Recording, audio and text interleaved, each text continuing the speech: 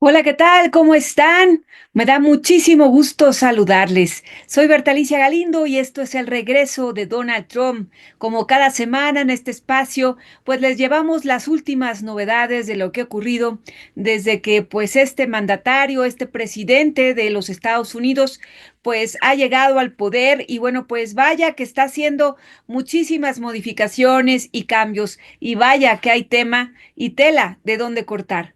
Comenzamos.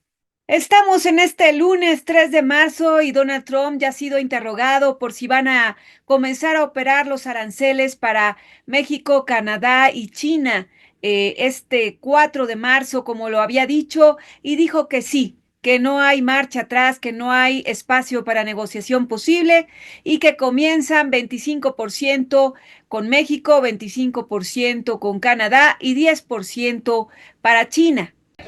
On the tariffs, is there any room left for Canada and Mexico to make a deal before midnight? And should we expect those Chinese tariffs, the extra 10%, to take No effect? room left for Mexico or for Canada. No, the tariffs, they're all set. They go into effect tomorrow.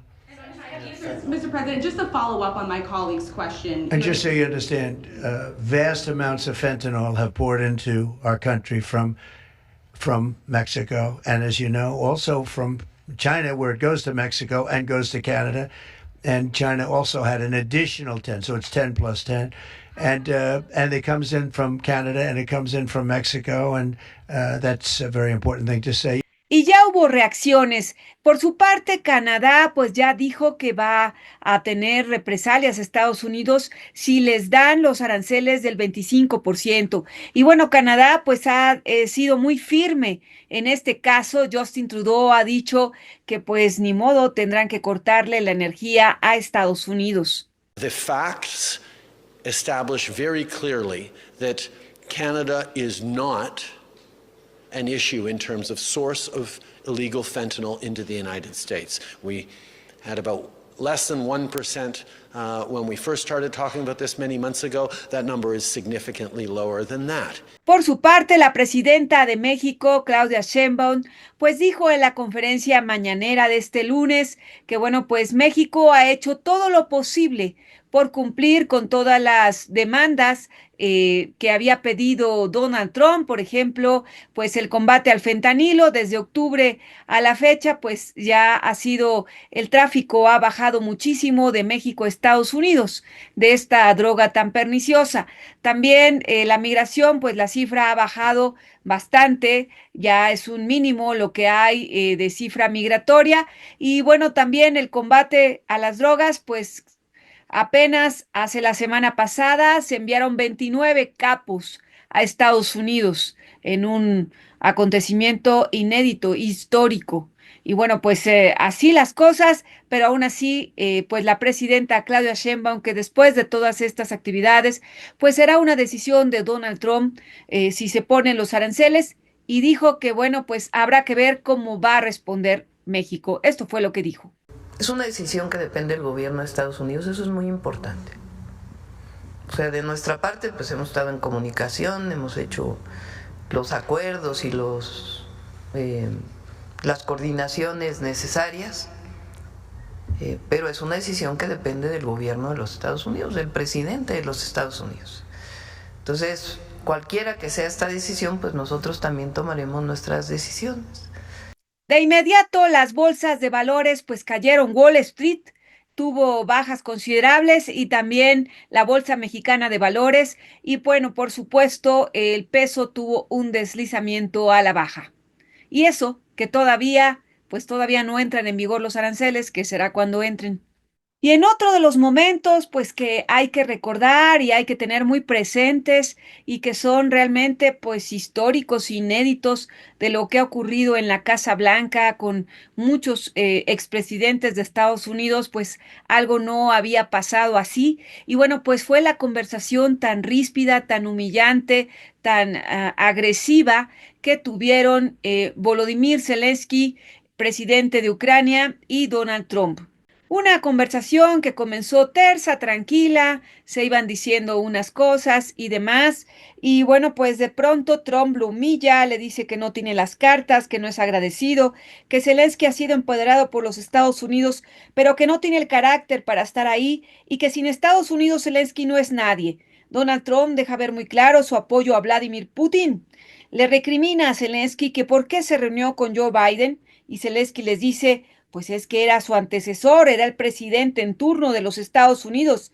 Y bueno, también aquí llama la atención un personaje que es el vicepresidente de Estados Unidos, J.D. Vance, y su protagonismo tan claro de esa noche, cuando, bueno, habíamos estado viendo siempre a vicepresidentes que tenían pues una postura pues muy tranquila, muy pues poco se les veía actuar. Realmente el que llevaba el protagonismo siempre ha sido pues el presidente de Estados Unidos. Hasta ahora no han tenido presidenta, digo, se perdieron de Kamala Harris, pero pues ahora, hasta ahora han sido presidentes y los vicepresidentes pues siempre han tenido una postura muy diplomática, muy tranquila, muy negociadora, muy pues de bajo perfil. Y bueno, algo pasó con J.D. Vance, que sucedió todo lo contrario. Un J.D. Vance que fue pues igual de protagonista que el mismo presidente Trump.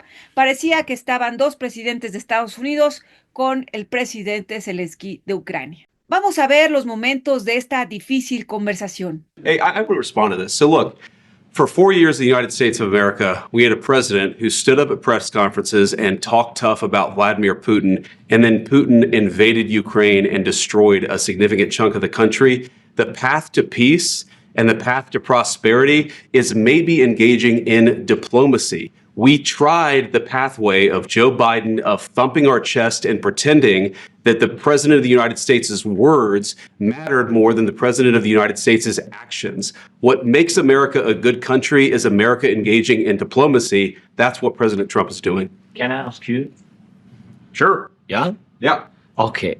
So he occupied our parts, big parts of Ukraine, part of East and Crimea. So he occupied it on 2014.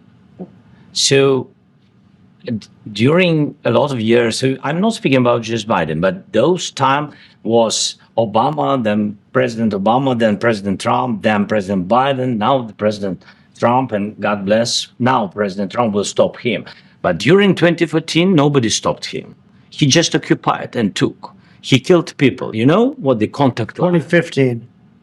2014. 2014 and 2015. 2014. Yeah. So I he killed. was not here. Yeah, but That's exactly but- right. Yes, but during 2014 till 2022, the situation the same. The people are been dying on the contact line. Nobody stopped him. You know that we had conversations with him, a lot of conversation, my bilateral conversation, and we signed with him, me, like a new president. In 2019, I signed with him the deal. I signed with him, Macron and Merkel, we signed ceasefire. Ceasefire. All of them told me that he will never go. We signed him with gas contract. Yes, but after that, he broken this ceasefire. He killed our people and he didn't exchange prisoners. We signed the exchange of prisoners, but he didn't do it. What kind of diplomacy, JD, you are speaking about? What do you mean? I'm talking about the kind of diplomacy that's going to end the destruction of your country. Yes, but if you Mr. President, with respect, I think it's disrespectful for you to come into the Oval Office and try to litigate this in front of the American media. Right now, you guys are going around and forcing conscripts to the front lines because you have manpower problems. You should be thanking the president for trying to bring an end to this conflict. I have been to Ukraine that you say what problems we have. I have been to. Count one. I've actually watched and seen the stories, and I know what happens is you bring them on a propaganda tour, Mr. President. Do you disagree that you've had problems bringing people into your military? We have problems. And do you think that it's I will respectful answer. to come to the Oval Office of the answer. United States of America and attack the administration that is trying to prevent the destruction of your country? A lot of questions. Let's start from the beginning. Sure. First of all, during the war, everybody has problems. Even you, but you have nice ocean and don't feel now, but you will feel it in the future. God bless. you don't know that. God bless. You don't know God that. bless. You will Don't, not you have gotta, war. don't tell us what we're going to feel. We're trying to solve a problem. Don't tell us what we're going to feel. I'm not telling you. Because I'm you're in no answering on this position to question. dictate that. That's exactly Remember what this. we're doing. Not You're in no position to dictate what we're going to feel. You We're going to feel very will good. feel influenced. We're going to feel very I'm good and telling very you, strong. You will feel influence. You're right now not in a very good position. You've allowed From the yourself very- to be in a from very the bad very position, beginning and of he the happens war. to be right about From it. the very beginning of the war. You're not in a good position. I was- You don't have the cards right now. With us, you start having not playing cards. cards. Right now, you don't. We're You're serious, playing cards. Mr. President. You're I'm playing very cards. serious. You're I'm gambling the with the president lives in of war. millions of people. You think- You're gambling with World War III. What do you think You're about? gambling with What do you World think War III. And You- what you're doing is very disrespectful to the country, this country. I'm That's with back all to respect to you. you. Far more than a lot of people said Very they respect. should have. Have you said thank you once this A lot. entire meeting? No, in this Even entire meeting, have today. you said thank Even you? today. You went to Pennsylvania and campaigned for the opposition in October. Offer some words of appreciation for the United States of America and the president who's trying to save your country. Please, you think that if you will speak very loudly about the war, you He's can... not speaking loudly. He's not speaking loudly. Your country's Can I- in big can- trouble. Can I Wait a answer? minute. No, Can you've I- done a lot of talking. Your country is in big trouble. I know. You're not I winning. know. You're not winning this. I You have a damn We- good chance of we are coming out staying- okay because of Mr. us. President, we are staying in our country, staying strong from the very beginning of the war. We've been alone, and we are thankful. I said thanks. You haven't in been this allowed. cabinet. You and haven't not been only allowed. in this We cabinet. gave you through I this said thank stupid you. president $350 billion. You voted We gave for you your military equipment. You and voted your men for are your brave, but they had to use our military. What about West? If you didn't have You our invited military me. equipment, You invited if me you to didn't speak. have our military equipment, this war would have been over in 2 weeks. In 3 okay? days, I heard it from Putin. In 3 days, this is something. Maybe new. less. In 2 weeks, of course, he has. It's going to be a very hard thing to do business like this. I tell you. Say thank you. I said a lot of times Except that there, thank you except to that, American people. except that there are disagreements, and let's go litigate those disagreements rather than trying to fight it out in the American media when you're wrong. We know that you're wrong. But you see, I think it's good for the American people to see what's going on. I think it's very important. That's why I kept this going so long. You have to be thankful. You don't have the cards. Thankful. You're buried there. Your people are dying. Tell you You're again, running I low know. on soldiers. Don't- Listen, don't, please, you're running Mr. low President. on soldiers. It would be a damn good thing. Mr. And then you tell us, I don't want a ceasefire. I don't want a ceasefire. I want to go and I wanted this. Look, if you could get a ceasefire right now, I tell you, you take it so the bullets stop flying and your men stop getting killed. Of course, we want to stop the war. But you're saying you don't want a ceasefire. I said to you, I want a ceasefire. with guarantees. Because you'll get a ceasefire faster than an agreement. Ask our people about ceasefire, what they think. That wasn't doesn't with matter me. for you what- That wasn't with me. It That was with wasn't with you. a guy named Biden, who was not a smart person. This That was is your- with, this that was is with your Obama. president. It was your president. Excuse me. That was with Obama, who gave you sheets, and I gave you javelins. Yes. I gave you the javelins to take out all those tanks. Obama gave you sheets. In fact, the statement is Obama gave sheets and Trump gave javelins.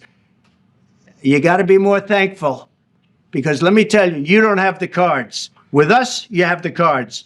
But without us, you don't have any cards. One more question to Mr. Vice President. Sorry, It'll be a tough deal to make, because the attitudes have to change. what if Russia breaks ceasefire? What if Russia breaks peace talks? What do we do then? I understand that it's a heated conversation right What are you now. saying? She's asking, what if Russia breaks the ceasefire? What if anything? What if a bomb drops on your head right now? Okay? What if they broke it? I don't know. They broke it with Biden because Biden, they didn't respect him. They didn't respect Obama. They respect me. Let me tell you, Putin went through a hell of a lot with me. He went through a phony witch hunt where they used him and Russia. Russia. You ever hear of that deal? That was a phony Hunter Biden, Joe Biden scam. Hillary Clinton, Shifty Adam Schiff. It was a Democrat scam. And he had to go through that. And he did go through it. We didn't end up in a war. And he went through it. He was accused of all that stuff. He had nothing to do with it. It came out of Hunter Biden's bathroom. It came out of Hunter Biden's bedroom. It was disgusting. And then they said, the laptop from hell was made by Russia, the 51 agents. The whole thing was a scam. And he had to put up with that. He was being accused of all that stuff. All I can say is this. He might have broken deals with Obama and Bush, and he might have broken them with Biden. He did, maybe. Maybe he didn't. I don't know what happened. But he didn't break them with me. He wants to make a deal. I don't know if you can make a deal. The problem is I've empowered you to be a tough guy. And I don't think you'd be a tough guy without the United States. And your people are very brave. But you're either going to make a deal or we're out. And if we're out, you'll fight it out.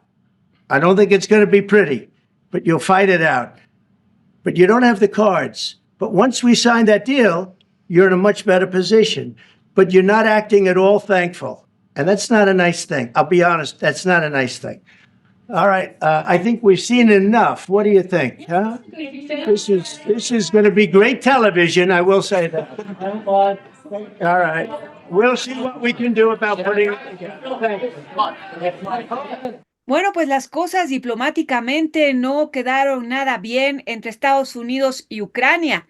Y bueno, pues después de eso, este domingo, Zelensky se reunió en Reino Unido, también con el presidente de Francia, Macron, y bueno, pues estuvo ahí, se llegaron a interesantes acuerdos y ahora pues lo que ha resultado es que Inglaterra, Reino Unido y Francia van a coordinar junto con Ucrania un diálogo para llegar a la paz. Zelensky pues ha dicho, a pesar de todo el maltrato que le dio Donald Trump y J.D. Vance, pues ha dicho que pues él está dispuesto a hacer a firmar el cese al fuego y bueno, pues también pues darles a cambio las tierras raras como habían quedado, que él está en la mejor posición porque dijo, bueno, pues Estados Unidos es crucial para el acuerdo de la paz con Rusia. Bueno, y para entender más de lo que ha ocurrido, pues en esta recomposición internacional y bueno, cómo pues quedan los grandes jugadores en este nueva orden mundial que está encabezando Donald Trump y su guerra arancelaria, los bloques, cómo se van a rearmar, cómo se van a reposicionar. Bueno, pues tenemos una entrevista muy interesante con Josafat Hernández. Él es internacionalista, es economista, él es del CIDE, y bueno, pues él nos va a decir, pues más o menos cómo ve esta situación, este reacomodo de fuerzas, este nuevo orden mundial. Y bueno, pues vamos a analizar con él detalladamente lo que pasó en esta conversación con Volodymyr Zelensky y pues Donald Trump. Vamos a verla. Pues bueno, como ya les habíamos comentado, pues tenemos una entrevista, estamos con Josafat Hernández, él es economista, es internacionalista, y bueno, vamos a hablar pues del tema que está en todas partes, la conversación que tuvo, el encuentro que hubo en la Casa Blanca de Donald Trump con el presidente de Ucrania, el presidente Zelensky, y bueno, pues fue un encuentro realmente ya se dijo por todas partes, ¿no? Ya se analizó, ya lo vimos. Empezaron bien, empezaron y poco a poco fue subiendo el nivel, ¿no? La agresión y todo. Vamos a hablar primero brevemente de eso, pero después vamos a otras preguntas que ya serían como para ya no estar sobre lo mismo, sino que sigue. Josafat, ¿cómo ves, cómo ves esta relación entre Ucrania, Estados Unidos, con un Putin que, bueno, pues parece que lo está defendiendo Estados Unidos. Y bueno, después de eso, pues Zelensky fue muy bien recibido en Inglaterra, ¿no? En Reino Unido, y bueno, pues con todas los contrapartes europeos. Pero, ¿cómo ves las cosas? Sí, bueno, primero que nada, muchas gracias por la invitación para estar aquí.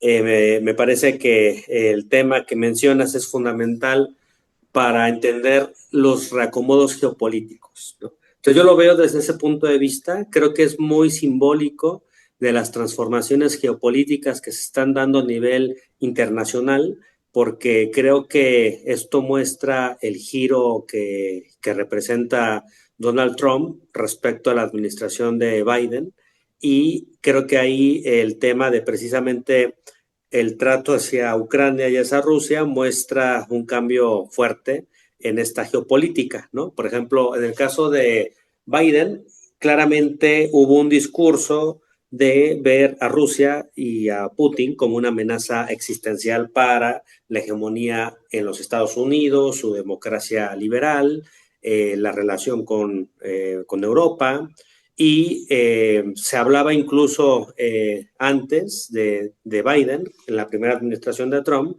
que hubo un deterioro de la relación entre Europa y la administración de Trump. La guerra de Ucrania parece que tuvo un efecto al principio de cerrar filas de parte de Europa con Estados Unidos, con el gobierno de Biden, fortalecer la OTAN, que en ese momento estaba muy debilitada, y generar pues una ruptura en la relación de Europa con Rusia, particularmente desde Angela Merkel, la relación con Vladimir Putin, que entre ellos hubo una buena relación. Me parece que esto con la guerra de Ucrania se rompió, se buscó, digamos, en ese sentido, reafirmar el dominio de Estados Unidos en Europa, asumir a Rusia como un adversario, fortalecer a la OTAN, y en este contexto la guerra de Ucrania se da como parte de un proceso geopolítico que buscó, digamos, revertir la crisis de hegemonía que ya se vive en Estados Unidos desde principios de la década de los 2000, ¿no?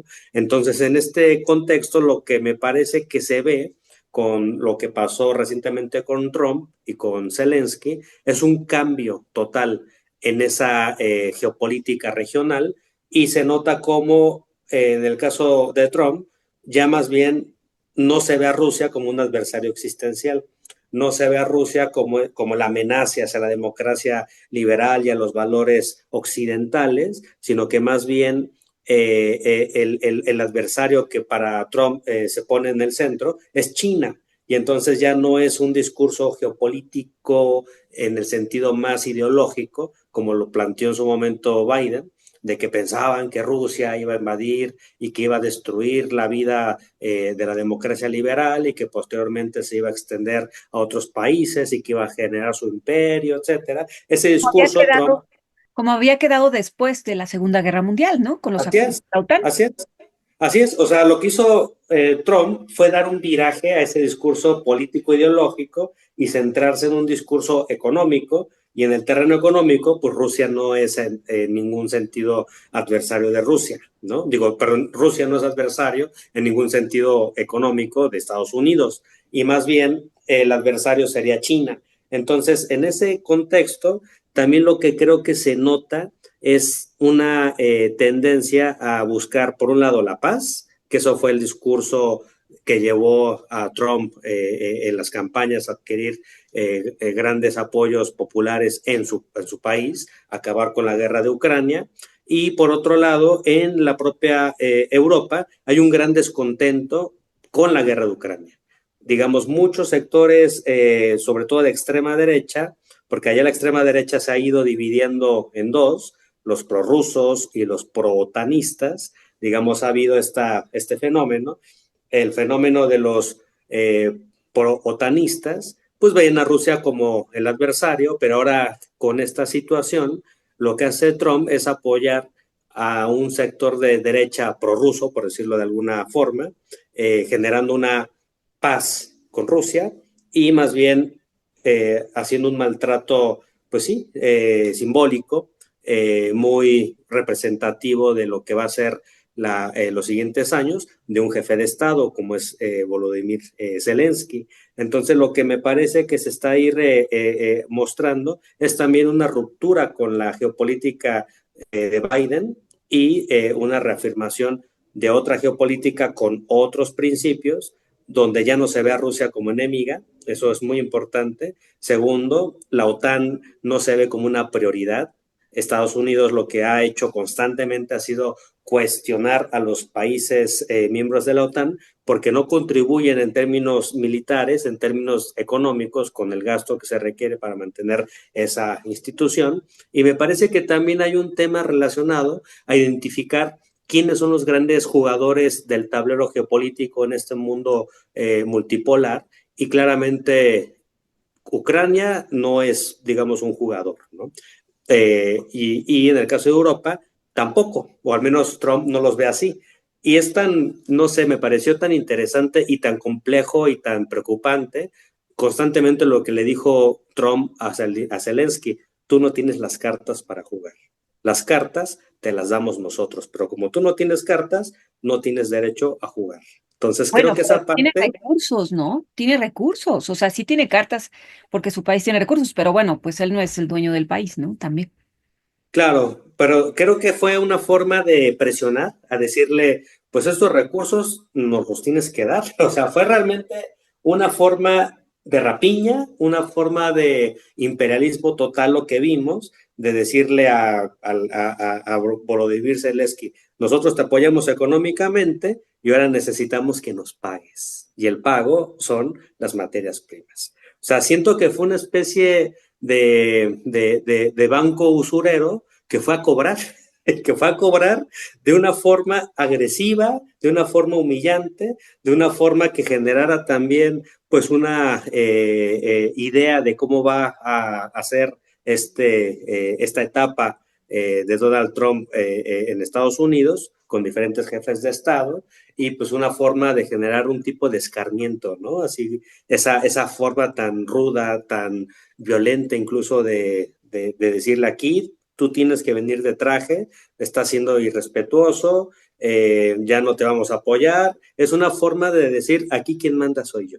Y fue una forma de, desde mi punto de vista, de reafirmar su poderío económico, político, cultural, y una forma también de marcar una distinción muy fuerte con lo que antes fue el gobierno de Biden. Pero entonces la OTAN, nos vamos a olvidar de lo que es la OTAN, o sea, va a desaparecer, va a haber una nueva OTAN desde Europa, pero pues no tienen ni presupuesto. Europa no les, en la primera administración de Donald Trump recordarás que les pidió 2% y no cumplieron, Ujú. y ahora les pidió 5%. Yo no creo que pues tengan esos recursos, ¿no? No, yo creo que va a ser súper complejo lo que se viene para Europa.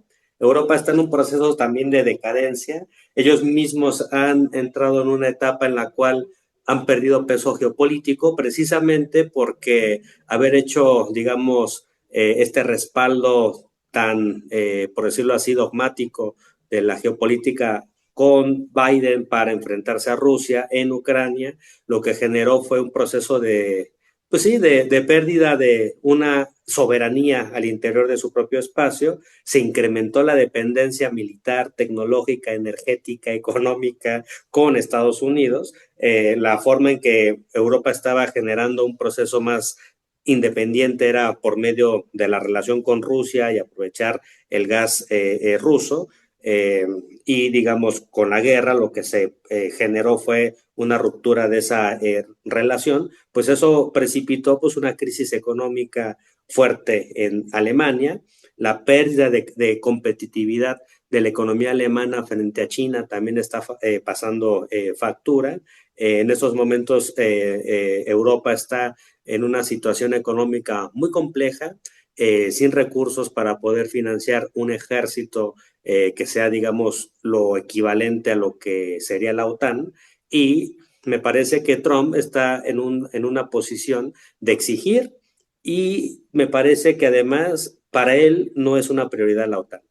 Es lo que me parece. No sé si vaya a desaparecer la OTAN, eso yo lo veo complejo, digamos, ahí sí ya es más difícil hacer esa predicción, pero lo que sí creo es que para Biden, no digo para Biden, para Trump, no es prioritario la OTAN, porque la manera en cómo él busca restituir la hegemonía global de su país es sobre todo una hegemonía económica, no en el plano de la dominación político-militar ocupando a otros países, sino que más bien lo veo generando un nacionalismo económico, política industrial, poniendo aranceles a todo mundo, tratando de generar una especie de disciplinamiento de las empresas globales que en la etapa, digamos que fue desde los años 90 hasta las primeras 2 décadas del año 2000, del milenio 2000, pues las empresas se globalizaron, se deslocalizaron, se formaron grandes cadenas productivas globales y me parece que Trump lo que quiere es regresar todo eso a su país. Entonces yo veo que su prioridad es sobre todo económica, incluso hasta tecnológica, cerrando, digamos, espacios a la influencia de China, y creo que ahí lo que va a tratar de hacer es una especie de acercamiento con Rusia para eventualmente intentar dividir a Rusia y a China y tratar de generar ahí alguna fisura con BRICS. No sé si eso lo vaya a hacer, pero yo veo que en ese proceso de restitución de su hegemonía global, la OTAN no juega un papel central, en todo caso sería un papel secundario. Y en esa recomposición, por ejemplo, si protege o más bien está viendo como aliado a Rusia para ir contra China, pues entonces Rusia tendría a reconstituirse tomando a Moldavia, a Estonia, Lituania, a todos estos paisitos, estos naciones que eran parte de la Unión Soviética y que, bueno, después se deshicieron y se volvieron independientes, así como pasó con Crimea. Esto lo verías y entonces eso le daría también la puerta a Donald Trump para hacerse de Groenlandia, del Canal de Panamá, de hasta de Es, Canadá. es muy complejo porque lo que yo creo que eh, va a pasar es, por un lado, una paz en Ucrania, sin Ucrania y sin Europa, que se va a establecer entre estas potencias, Rusia y Estados Unidos. Rusia es sobre todo una potencia político-militar.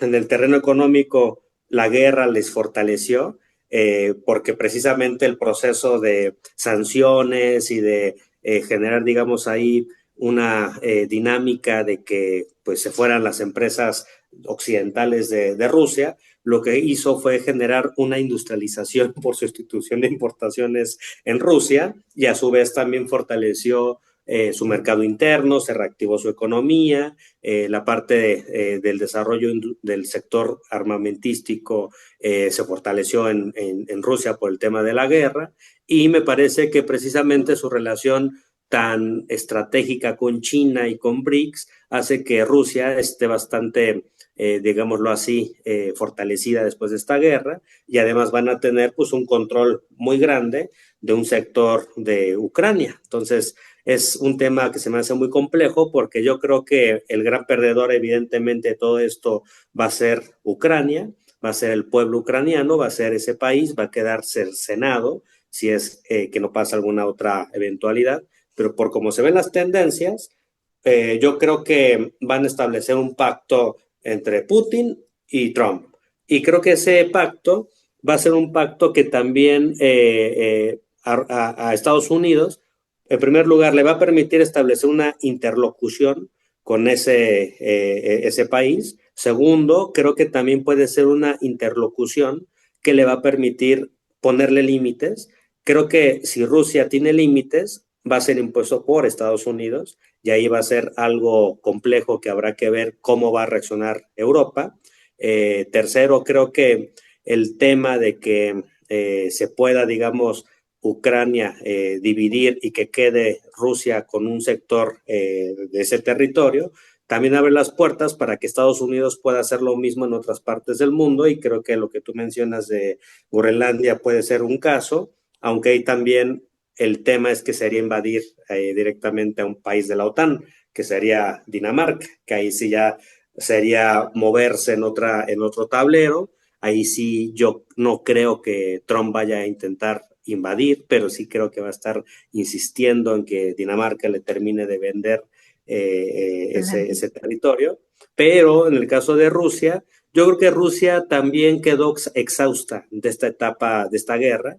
Perdieron muchísimas personas, pues hubo una situación también de mucho desgaste interno. Si bien el gobierno de Putin se fortaleció y tiene mayor unidad, y esto generó también una tendencia a debilitar a las oposiciones al interior de Rusia, creo que Rusia no está lista para hacer otra invasión. Entonces yo creo que eso también es un tema que va a quedar ahí. y yo creo que lo que va a pasar es que una vez que termine la guerra, que se logre la paz, Rusia se va a centrar en consolidar su economía. Y yo creo que ahí Rusia va a jugar doble, va a jugar por un lado a tener buenas relaciones con Estados Unidos, obligar a los europeos para que hagan comercio con Rusia y por otro lado también va a hacer comercio con China. Entonces eso va a fortalecer a Rusia como un país que va a tener, digamos, ahí una bisagra por su condición geopolítica. Creo que la jugada que había inicialmente de Biden y de Europa, que consistía en pues, agotar a Rusia en este contexto, no va a ocurrir y creo que más bien Europa a su vez es la que terminó más golpeada, con precios energéticos que se dispararon, con una mayor dependencia energética respecto al gas licuado proveniente de Estados Unidos, también digamos con una dinámica interna compleja porque se fortaleció a la extrema derecha, la derecha que estaba apoyando o incluso gobiernos de izquierda como el PSOE, que apoyaban, digamos, a Ucrania, se vieron cada vez más golpeados con ese discurso, porque la gente en Europa, esa es una perspectiva que tengo a partir de leer, digamos, diferentes periódicos y hablar con gente, me da la impresión que veía la guerra en Ucrania como un asunto que no les afecta a ellos en lo personal, ¿no? Ellos lo que les afecta es el precio de la electricidad, si la economía crece o no crece, el asunto de la inmigración, el asunto de la seguridad, y el tema de la guerra en Ucrania les parecía ajeno. Y haber insistido en exceso en ese tema, me parece que lo que hizo fue desgastar la imagen de estas expresiones. Lo vemos en el caso de Alemania, que AfD creció muchísimo, precisamente con un discurso de generar una paz y vincularse más a los problemas nacionales de Alemania, y pues eso vemos que creció de una forma muy importante, y así con diferentes derechas en todo el mundo. Entonces creo que eso va a generar efectos ideológicos muy importantes, y finalmente también me gustaría en este análisis decir que yo veo a Trump más cercano ideológicamente a Putin que a alguien como Emmanuel Macron. Creo que esa parte también es muy importante, precisamente porque en el caso de Trump, él pues es un posliberal, diría Alexander Dugin, y en el caso de Putin también es un posliberal. ¿Qué quieren decir con eso? Que básicamente son dos mandatarios que no ponen en el centro el tema de la democracia liberal como se entiende, con pesos y contrapesos, sino más bien el tema de lo que sería tener una base social, esa base social apoyarla, apoyarse en esa base social y a partir de ahí hacer medidas autoritarias que sirvan para mantener un consenso ampliado, ¿no? Entonces, en este contexto, creo que vivimos un acercamiento ideológico entre Estados Unidos y Rusia, precisamente la forma de ejercer la política, la forma de entender la democracia, la forma de relacionarse con el mundo, y creo que ahí lo que vemos, o al menos es un punto de vista que habría que todavía desarrollar más, es también la democracia, la crisis de la democracia liberal. Creo que ahí estamos en esa situación. Creo que eso de la crisis de la democracia liberal lo dejamos para otra participación, porque me parece que da para mucho, porque realmente en el mundo pues está viviendo las crisis de las democracias. Josafat, en este caso, en este posliberalismo, ¿cómo ves esta guerra arancelaria? Y justamente, pues mañana ya se cumple el plazo. ¿Cómo ves la posición de México? Y pues parece que Donald Trump va con todo, ¿no? Va a seguir siendo la amenaza, teniendo en vilo a los países, pero pareciera que no hay vuelta para atrás, ¿o sí? Yo creo que es un tema que tiene que ver también con el cálculo político que está haciendo Trump de cómo a partir de amenazar con aranceles se mueven cosas. Entonces, él ya anunció que sí se van a aplicar los aranceles, lo que menciona es en cuánto y también cuándo se van a aplicar, ¿no? Entonces hay esa discusión de que probablemente se retrasa un mes o no, que si va a ser 25% o menos o más. Entonces creo que él está jugando con una ambigüedad estratégica.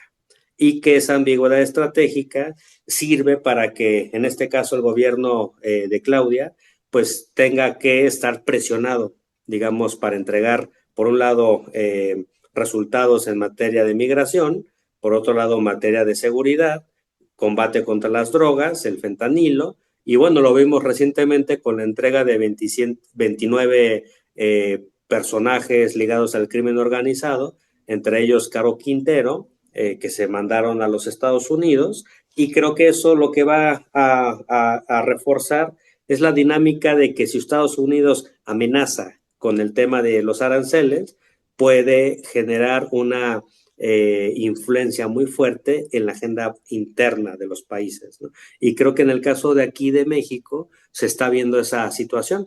Lo mismo respecto a que también se dijo que México está dispuesto a ponerle aranceles y homologar sus aranceles con China, precisamente porque sería un requerimiento de Estados Unidos. Entonces ahí creo que la situación en México es muy adversa, es una situación muy compleja porque tampoco es que digamos nos vamos del TEMEC y ya, o sea, no es simplemente dar un golpe en la mesa y decir me voy por dignidad, no se trata de eso, se trata más bien de pensar en alguna estrategia que sirva para que podamos construir pues un país con una industria soberana, un campo que podamos recuperar, con unas relaciones económicas más diversificadas, y es ahí donde está la complejidad. Entonces yo veo que mañana va a ser un punto de quiebre para saber exactamente si se van a hacer o no los aranceles. En caso de que no, me parece que lo que eso va a ir generando es todavía mayor incertidumbre. Eventualmente los empresarios que están en México se irían a los Estados Unidos y eso a la larga va a tender a generar una desindustrialización en nuestro país. Entonces sí va a ser muy importante que podamos explorar todas las potencialidades del Plan México. Por otro lado, también va a ser muy importante pensar el papel de México en el contexto internacional, ver qué agenda podemos impulsar con China y con BRICS, porque digamos ahí sigue pareciendo que no existe BRICS y eso me parece que es muy problemático. Igual México tendría que tener una agenda con América Latina de integración, en particular con Brasil. Es decir, creo que es momento de que hubiera algún tipo de vinculación entre Sheinbaum y Lula. Y creo que esa relación pudiera revertir tanta la dependencia que tenemos en nuestro país. Pero bueno, es complejo, es complejo. Pero bueno, finalmente lo que creo es que ha habido analogías, ¿no? Que dicen que México puede ser la Ucrania de Estados Unidos. Como yo creo que eso es muy complejo, yo creo que eso no va a pasar, pero sí creo que más bien como país vamos a tener que tener, pues sí, mucha templanza, mucha paciencia, apoyar mucho a nuestra presidenta, apoyar la unidad nacional y tener sobre todo en el centro la idea de que tenemos que impulsar un plan de industrialización.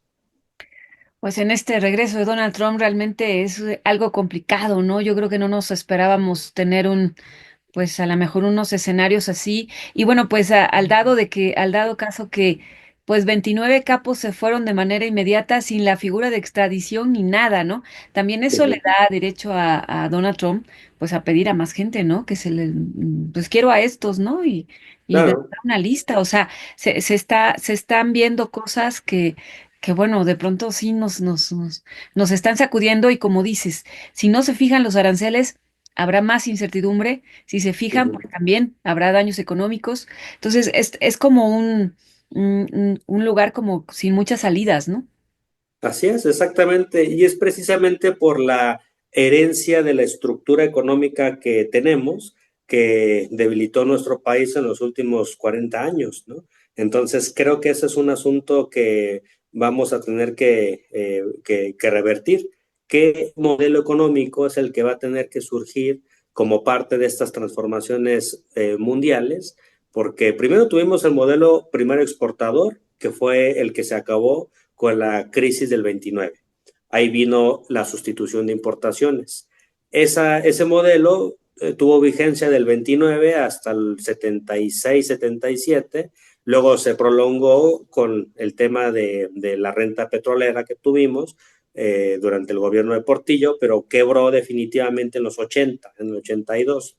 De ahí pasamos a una nueva etapa de industrialización se le llama orientado a las exportaciones, que puso en el centro la maquila y que pues eso llevó a generar una mayor dependencia económica de nuestro país con respecto a Estados Unidos. Eso lo que hizo fue convertirnos en un apéndice del proceso de la infraestructura productiva industrial de Estados Unidos y eso nos puso en una situación de muchísima vulnerabilidad. México es un país que tiene más o menos un índice de apertura comercial equivalente al 70% de nuestro PIB, 70%. Estados Unidos, ese mismo coeficiente, representa aproximadamente 15%. Entonces ahí vemos totalmente cómo Estados Unidos es una economía mucho menos, expuesta a las dinámicas internacionales. Es una economía mucho más diversificada en sus relaciones internacionales que la nuestra y eso hace que sea una economía mucho menos vulnerable que la nuestra. Entonces ahí es donde tendríamos que pensar cómo transitamos a un nuevo modelo que por un lado ponga en el centro la industrialización interna y por otro lado la diversificación. Y eso es un asunto súper complejo, pero lo vamos a tener que hacer porque es lo que nos queda. Y ojalá se pudiera hacer pues para largo plazo, ¿no? No solo para este sexenio, porque esto tendría que marcar ya una diferencia para pues el México de los siguientes 30, 40, 50 años, ¿no? Así es, totalmente, totalmente de acuerdo. Pues Josafat, pues muchísimas gracias. Gracias por haber comentado con este público, el público de el regreso de Donald Trump, que bueno, pues cada semana pues hablamos de este tema tan complejo y cómo ha ido evolucionando. Es interesantísimo ver en el análisis pues cómo va evolucionando la situación de México, pues esta relación pues de este vecino del norte que está tan pegado a nosotros y pues está generando también pues muchas complicaciones. Pues muchísimas gracias. No sé si tuvieras algo más que decirnos. No, solamente decir que pues yo creo que estamos en una etapa histórica de transformaciones muy aceleradas. El gobierno de Donald Trump está acelerando muchas transiciones. Una de ellas ya la estamos viendo en el tema de la guerra de Ucrania, que yo creo que va a surgir una paz que va a reconfigurar las relaciones económicas internacionales entre Europa, Rusia, BRICS, Estados Unidos. Y creo que también la administración Trump viene, digamos, a replantear un conjunto de dinámicas a nivel económico, que es ahí donde estamos también viendo qué vamos a hacer como país. Exacto. Pues aquí seguiremos conversando. Josafat, pues muchas gracias y gracias a todos. Vale, Y pues seguimos aquí muchas de gracias. regreso de Donald Trump. Claro que sí, un gustazo y estamos en contacto. Hasta luego. Gracias. Pues así las cosas, a partir de este 4 de marzo, pues comienza una nueva relación bilateral entre México y Estados Unidos y de esto y de lo que siga pasando con Donald Trump le estaremos aquí informando. Soy Bertalicia Galindo, síganos en nuestras redes sociales, compartan este espacio que es de ustedes y para ustedes y bueno, pues no me queda más que despedirme. Hasta la próxima.